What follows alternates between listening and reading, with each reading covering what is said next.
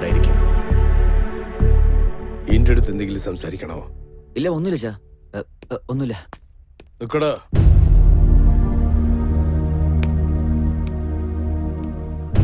ഞാൻ ഇതുവരെ എന്റെ കുട്ടികളെ സ്നേഹത്തോടെ വളർത്തിന്ന വിചാരിച്ച്. എന്റെ വിശ്വാസം ശരിയാണെങ്കിൽ നീ പറയാൻ വന്നത് പറയാതെ പോവില്ല. ഇല്ല, അങ്ങനൊന്നുമില്ല ചാ. ഞാൻ നിങ്ങളുടെ അടുത്ത് സംസാരിക്കുമെന്ന കാര്യം. പ്രേമിച്ചായിരുന്നോ? പ്രേമിച്ചായിരുന്നോ?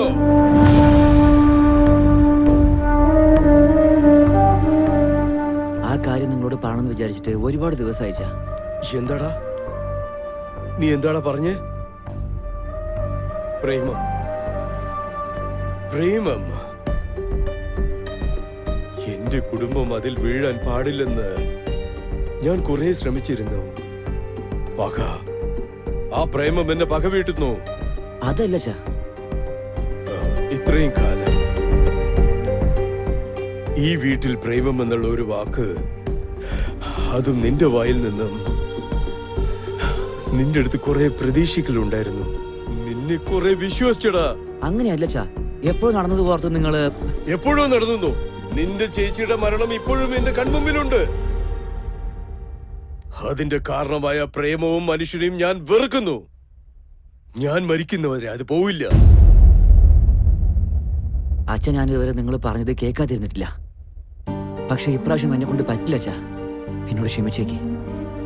20 കൊല്ലം നമ്മുടെ കൂടെ ഉണ്ടായത് ചേച്ചി നമ്മളെ വിട്ടു പോയത് കാരണം നിങ്ങൾക്ക് എത്ര വിഷമമുണ്ടാവുമെന്ന് എനിക്കറിയാം. പക്ഷെ നിങ്ങൾക്ക് ആർക്കും അറിയാത്ത ഒരു കാര്യമുണ്ട്, ഞാൻ പറയട്ടെ. പാവാണ് കേശവ് സാർ. 20 ദിവസം പ്രേമിച്ച ചേച്ചി മരിച്ചു പോയത് കാരണം ഇപ്പോഴും അദ്ദേഹം ചേച്ചിയുടെ ഓർമ്മയിലാണ് ജീവിച്ചുകൊണ്ടിരിക്കുന്നത്. എല്ലാം ഉണ്ടായിട്ടും അദ്ദേഹം ഒരു ശവത്തെ പോലെയാണ് ജീവിക്കുന്നത്. അതിനെന്താ കാരണം എന്ന് അറിയോ അച്ഛാ? നിങ്ങൾ വെറുക്കുന്ന ആ പ്രേമം എന്ന 3 അക്ഷരമാണ്. എന്ന് വെച്ചാ ഈ ലോകത്തിലെ പ്രേമം മാത്രമേ ശരിയെന്ന് നീ പറയുന്നു? അത് കാണുന്ന ആളുകളുടെ മനസ്സാണ് ചാ. പക്ഷെ ചെറുപ്രായത്തിൽ നിങ്ങൾ പറഞ്ഞിട്ടില്ലേ, തീരത്ത് നിൽക്കുന്ന ആൾക്ക് നദിയുടെ ആഴം എന്താണെന്ന് അറിയില്ലാന്ന്.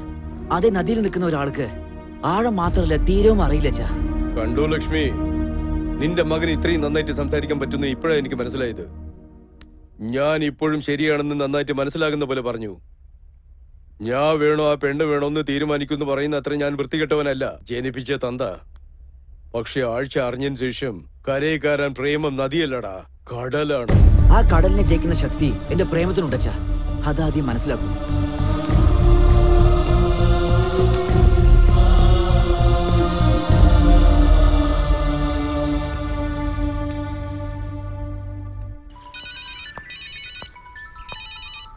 ഹലോ.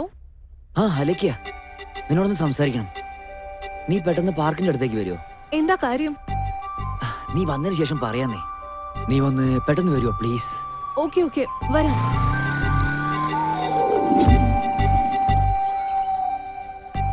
എന്താ ശിവ, പെട്ടെന്ന് കാണുന്നു പറഞ്ഞു? ഒരുപാട് ദിവസങ്ങളായി നിന്നോട് ഒരു കാര്യം പറയാനുണ്ടായിരുന്നു. എന്തിനെ പറ്റി? I love you. I love you Alekhya. Alekhya, Alekhya. Shiva, ഇത് നിന്റെ മനസ്സിലുള്ള എന്നെ കുറിച്ചുള്ള ഒപ്പീനിയനാ? അങ്ങനെയാണെങ്കിൽ നീ എന്താ പറയുന്ന അലേക്കിയ? അതെ ശിവ, ഞാൻ ഇപ്പോഴും നിന്നെ ഒരു നല്ല ഫ്രണ്ടായിട്ട് മാത്രമേ കണ്ടുള്ളൂ. അല്ലാതെ പ്രേമമുള്ളത് കൊണ്ടല്ല നിന്റെ കൂടെ ഇത്രയും ട്രാവൽ ചെയ്തത്. പ്രണയുന്നത് മനസ്സുമായി ബന്ധപ്പെട്ട ഒരു കാര്യമാണ്. ആ പ്രണയം എനിക്ക് ഉണ്ടായിട്ടുണ്ടെങ്കിൽ എന്റെ കണ്ണിലത് നിനക്ക് എപ്പോഴേ കാണാൻ പറ്റിയേനെ. വായ കൊണ്ട് നുണ പറഞ്ഞേക്കാം, പക്ഷേ മനസ്സുകൊണ്ട് കഷ്ടമാണ് അലേക്കിയ. ഈ നിമിഷം നിന്റെ കണ്ണ് പറയുന്നു എന്നോട് നിനക്ക് എത്രയും അധികം ഇഷ്ടമാണെന്ന്. ഈ ഇഷ്ടം ലവ് ഒന്നുമല്ല, ജസ്റ്റ് എനിക്ക് നിന്നോടുള്ള. ആ, എന്നോടുള്ള പറയാൻ പറ്റാത്ത അത്രേ വാക്കുകൾ തെരഞ്ഞുകൊണ്ടിരിക്കുകയാണോ?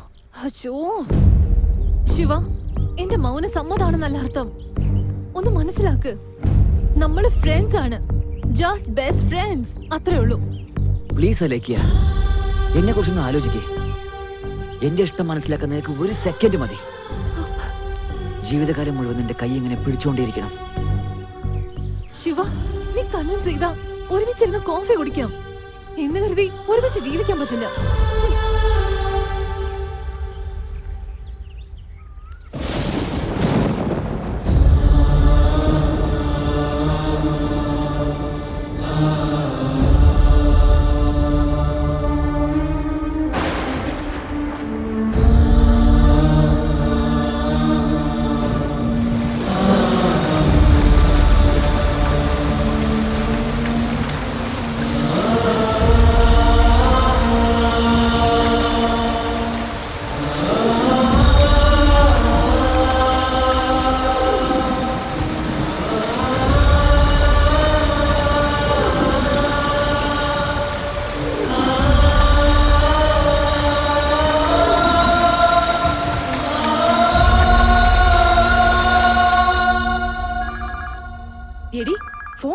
എടുത്തൂടെ? ഹലോ ആന്റി, ഞാൻ ശിവയുടെ ഓഫീസിൽ നിന്ന് വൈശാലിയെ സംസാരിക്കുന്നത്. ശിവയ്ക്ക് best ad film director award കിട്ടിയിട്ടുണ്ട്. ഇതറിയിക്കാൻ ശിവയെ വിളിച്ചിട്ട് കിട്ടുന്നില്ല. ശിവ വന്നാൽ ഇക്കാര്യം പറയണേ ആന്റി. തീർച്ചയായും പറയാം. വളരെ സന്തോഷമുണ്ട്. ശിവ, ശിവ, നിന്റെ ആഗ്രഹം നിറവേറി മോനെ. നിനക്ക് best ad film director award ഇപ്പൊ തന്നെ വൈശാലി ഫോൺ ചെയ്ത് പറഞ്ഞു. ശിവ, നിനക്ക് എന്താ പറ്റിയേ? എന്താ മോനെ പറ്റിയേ? പറയേ, എന്താടാ? അയ്യോ, എന്താടാ ഇതൊക്കെ? മോനെ, നിനക്ക് എന്താ പറ്റിയേ? എന്തേലും ഒന്ന് പറയടാ. ഇങ്ങോട്ടൊന്ന് വന്നേ. എന്താ ലക്ഷ്മി, എന്തായി? നമ്മുടെ മോനിതാ വിഷം കഴിച്ചിരിക്കുന്നു. ഒന്ന് നോക്ക്.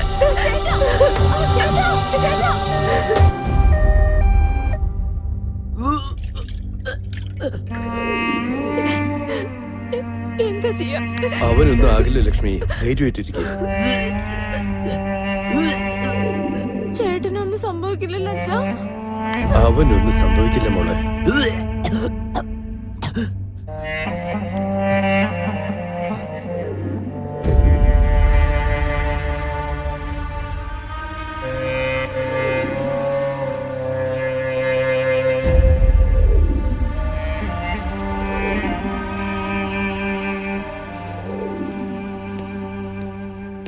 സിസ്റ്റർ, ശിവ എന്നൊരു പേഷ്യന്റ് റൂം നമ്പർ 204 സർ. വീണ്ടും നീ എന്തിനാ വന്ന?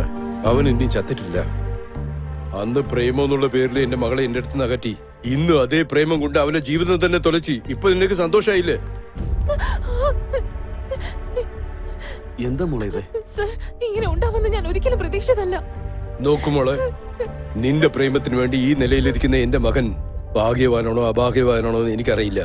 പക്ഷെ അവന്റെ സ്നേഹം വിലയില്ലാതെ ആക്കിയ നീ അഭാഗ്യവതിയാണ്.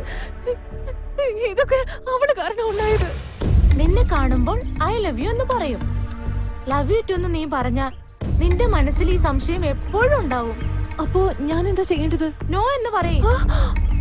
അത്രേ ഷോക്കൊന്നും വേണ്ട. ഞാൻ നോ പറയാൻ പറഞ്ഞത് ഇന്ന് ഒരു ദിവസം മാത്രമാണ്. നീ നോ എന്ന് പറഞ്ഞാൽ കൂടി ഐ ലവ് യു എന്നൊക്കെ പറഞ്ഞ് നിന്റെ പുറകിൽ വന്നാൽ അത് ജെനുവിൻ ലവ് ആണ്. അതല്ലെങ്കിൽ ആ സ്റ്റെപ്പിനിയുടെ അടുത്തേക്ക് പോയാ അതെ, ആ വൈഷുവിന്റെ കാര്യ. നിന്റെ സംശയവും മാറി കിട്ടും, അവന്റെ പ്രേമത്തിന്റെ സത്യവും അറിയാം. അവള് പറയുന്ന കേട്ട് ഞാൻ തെറ്റെയ്തു പോയി. ഞാൻ ശിവയെ സ്നേഹിച്ചിരുന്നു. എനിക്ക് ശിവ എന്ന് വെച്ച ജീവനാണ്. നോക്കേ, പ്രണയിക്കുന്ന തെറ്റല്ല. അവനെ നന്നായിട്ട് മനസ്സിലാക്കാൻ നീ ആദ്യം ശ്രമിക്കേ. എത്രമാത്രം പെൺകുട്ടികൾ അവന്റെ പുറകെ നടന്നെന്നറിയോ? പക്ഷെ അവന് ആരടുത്തും അങ്ങനെ തോന്നിയിട്ടില്ല. നിന്നെ കണ്ടത് മുതലാണ് അവന് ഒരു വട്ട് പിടിച്ചത് പോലെയാ. തെറ്റ് നിന്റേത് മാത്രമല്ല മോളെ. ഇന്നത്തെ കാലത്ത് പ്രണയം എന്ന പേരിൽ തെറ്റുകൾ കാണിച്ചു കൂട്ടുന്ന ജനറേഷന്റെ കുഴപ്പമാണിത്. ഈ ജനറേഷനെ കാണുമ്പോൾ ശരിക്കും ഭയമാകുന്നു. നിസ്സാരമായ കാരണങ്ങൾക്ക് വേണ്ടിയിട്ട് അവർ വേർപിരിയുന്നു. പ്രണയം എന്നാൽ വിശ്വാസമാണ്. വിശ്വാസമില്ലാത്ത പ്രണയം ഒരിക്കലും നിലനിൽക്കില്ല. ഒരു കാലത്ത് പ്രണയത്തിന് മുതിർന്നവരും ബന്ധുക്കളും ഒക്കെ എതിരായിരുന്നു. ഇപ്പോൾ നടക്കുന്ന പ്രണയത്തിന് പ്രണയിക്കുന്നവർ തന്നെയാണ് എതിര്. ആദ്യം നിങ്ങളുടേത് പ്രണയമാണോ ആകർഷണമാണോ എന്ന് മനസ്സിലാക്കുക. അതിനുശേഷം നിങ്ങൾ പ്രണയിക്കുക. അവർക്ക് ബോധം വന്നിട്ടുണ്ട്. എന്തായാലും നിങ്ങൾക്ക് പോയി കാണാം.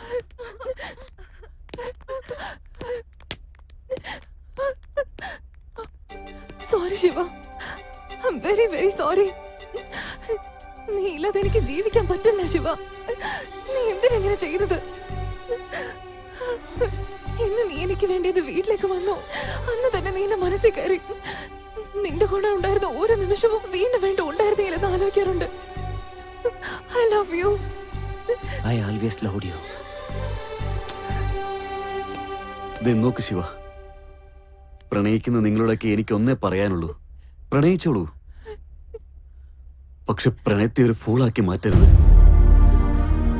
സർ, ഇന്ന് എനിക്ക് ഒരുപാട് സന്തോഷമുള്ള ദിവസമാണ്. നിങ്ങൾ ഇവരുടെ പ്രണയം അംഗീകരിച്ചില്ലേ? എനിക്ക് എന്നോട് തന്നെ അഭിമാനം തോന്നുന്നു. നിങ്ങളെക്കാളും നിങ്ങളുടെ മകളെ ഞാൻ ഒരുപാട് സ്നേഹിക്കുന്നുണ്ടെന്ന് നിങ്ങൾ മനസ്സിലാക്കിയതിന്.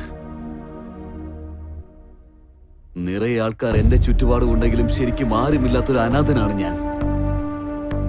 എനിക്കിപ്പോ ആകെയുള്ളത് എന്റെ മഹി മാത്രമാണ്. അവസാന സമയത്ത് അവളെ ഒരു നോക്കൊന്ന് കാണാൻ പോലും എന്നെ അനുവദിച്ചില്ല. ഇതിനെന്ത് സമാധാനം പറയും? സർ, മഹിയുടെ ഫോട്ടോ നിങ്ങളുടെ വീട്ടിലെ ചുവരിൽ മാത്രമാണ് ഉള്ളത്. പക്ഷെ എന്റെ നെഞ്ചിനുള്ളിലാണ് അവളുള്ളത്. സിനിമക്കാരൻ പ്രണയിക്കുന്നത് ഒരു തെറ്റാണോ? ഞങ്ങള് മുഖത്താണ് ചായം പൂശുന്നത്, പക്ഷെ മനസ്സിന്റെ മേൽ ഒരിക്കലും ചായം പൂശാറില്ല. ഞങ്ങൾക്കും ഫീലിങ്സ് ഒക്കെ ഉണ്ട്. ഇതെല്ലാം അന്ന് നിങ്ങളോട് പറയണമെന്നുണ്ടായിരുന്നു, പക്ഷെ നിങ്ങൾ എനിക്ക് അവസരം തന്നില്ല.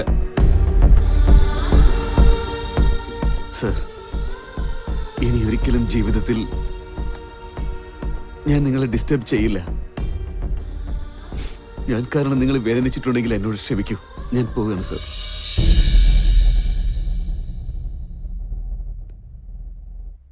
ഇത്രയും കാലം ഞാൻ അച്ഛനുള്ള അഹങ്കാരത്തിൽ ഞാനൊരു മനുഷ്യൻ എന്ന കാര്യം പോലും മറന്നുപോയി. കോടിക്കണക്കായ മനുഷ്യന്റെ മനസ്സിലുള്ള നീ എന്റെ മകൾക്ക് നിന്റെ മനസ്സിൽ സ്ഥാനമില്ലെന്ന് പറഞ്ഞു. ഇപ്പോഴും എന്റെ മകൾ നിന്റെ നെഞ്ചിൽ തന്നെ ഉണ്ട്. നീ ഞങ്ങളുടെ കൂടെ ഉണ്ടെങ്കിൽ ഞങ്ങളുടെ മകൾ ഞങ്ങളുടെ കൂടെ ഉള്ളതുപോലെയാണ്. ഞങ്ങളുടെ കൂടെ ഉണ്ടാവൂ. ഞങ്ങളോടൊപ്പം താമസിച്ചൂടെ? Please Keshava, please. സാർ, അതല്ല സാർ. എന്തേ കല്യാണം കഴിഞ്ഞല്ലോ, ഇനി എത്ര സമയം? സദ്യക്ക് സമയമായില്ലേ? ഇത് വാച്ചല്ല, ഇത് കല്യാണ മണ്ഡപവുമല്ല.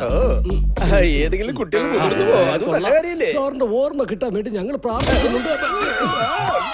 ആരാടാ നീ? ഈ ലോകത്തിൽ ഇത്തിരി വൃത്തികെട്ട ഒരു മനുഷ്യനെ വന്നിരിക്കുന്ന പോടാ. നമസ്കാരം നമസ്കാരം. എനിക്ക് വലിയൊരു ഓർമ്മക്കുറവ് പ്രശ്നമാണ്. എപ്പോഴായിരുന്നു? എന്താ എപ്പോഴും തൊട്ടാ അത് ചോദിക്കുന്നത്? നഴ്സല്ല, ഡോക്ടറാണ്. തലയ്ക്ക് പോലാത്ത തന്നെ.